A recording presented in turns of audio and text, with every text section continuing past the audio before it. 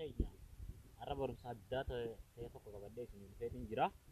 Innis maal jechuun kan isin hin oolu Kenny Master bakka Kenny Master qabadhee waan hin dhufee jiru jecha Kenny Master quality bareedaa haa qabu jechuudha. Kan marketing hin qabne hin qabadhee isin dhufe marketing hin qabne qulqulluu isaa saniin qabadhee isin dhufe. Hayyee isa akkamitti gabbuufannaa jechuun kan isin hin oolu akka itti gabbuufattan na hordofaadha kallattumaan karaa googil keessanii seentuu jechuudha. Googil keessanii gartanii miti asirra dhuftanii at market sanii barreeffamtu jechuudha. At market barreeffamanii gartuun at market jettanii barreeffamtu. Ani shabakaan kijawaan deema ta'e daddabaadha. Ni obsitanii hayyee inni suuqaa jechuudha. Laal bakka baraamija as keessaa qabu isa gubbaarra dhufu kana gad fuutanii kana jechuudha. Isa kana gad buufatanii kallattiidhaan install godhannaan fi isin gabbu'ee jira.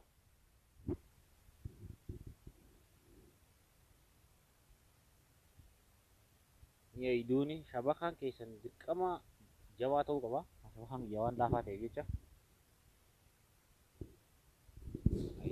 Asiin buutanii baraamijni isa kanaa daawuloot sana gadhiisanii gabbuufatanii asiin gabbuufatanii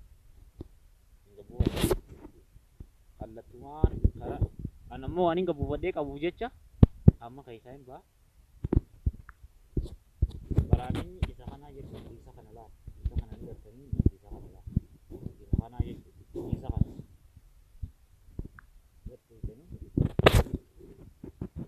Baraamijni waan maallaqaanis as keessaa argamu waan maallaqaa hundi bilaashii as keessaa gawaan gabbuufatu jecha xiqqishoonni turaa beeksisa adda addaa qaba. Hayyee. Kenny Master jettanii barbaadee Kenny Master.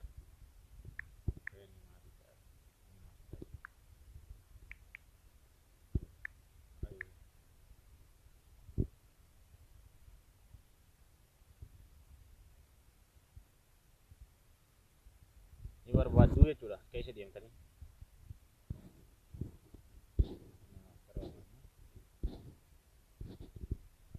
Kenny Master waan barbaadnu Kenny Master kanaa jechuudha. Kenny Master waniin isin hubachiisuu qabu qofti yoo akkana gabbuufattan hin dalagu beekaa. Isuma duraa santu isinii bu'a. Isuma gartee maarketii qabu san isuma santu isinii bu'a waan ta'eef jecha bakkattoota nani gartanii bakkattoota nani tuytanii bakkattoo san ta'ee as gattuutanii jechuudha. As wanni isin hubachuu qabdan 4-8-13 kajuu buufatan 4-8-13 bakkatan agarte kanarra gadha'uu qabdanii jechuudha.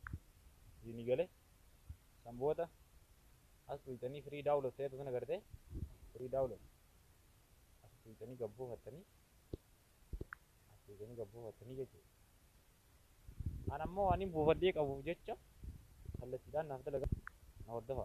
An gabbuufadheetiin qabu free download ta'etu sana as tuytanii gabbuufatanii yoo obsitanii hangan isinii gabbuu an amma kallattii seena isin garsiisaa laafatu fa'a.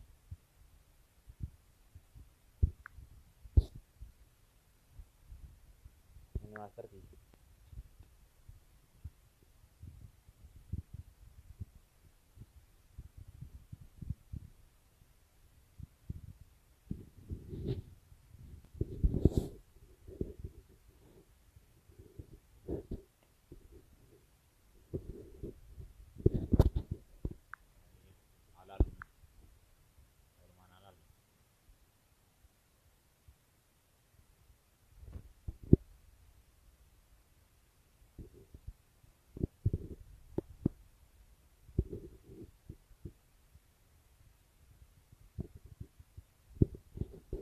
Hordofaadha.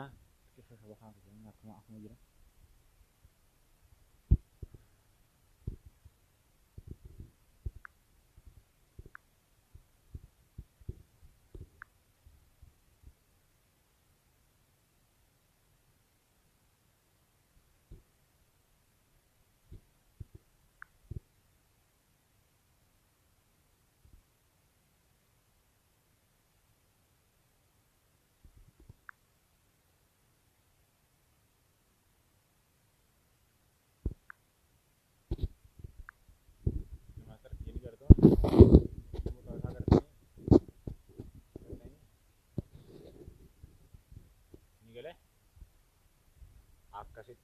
nagaan dalageeffatanii jechuudha.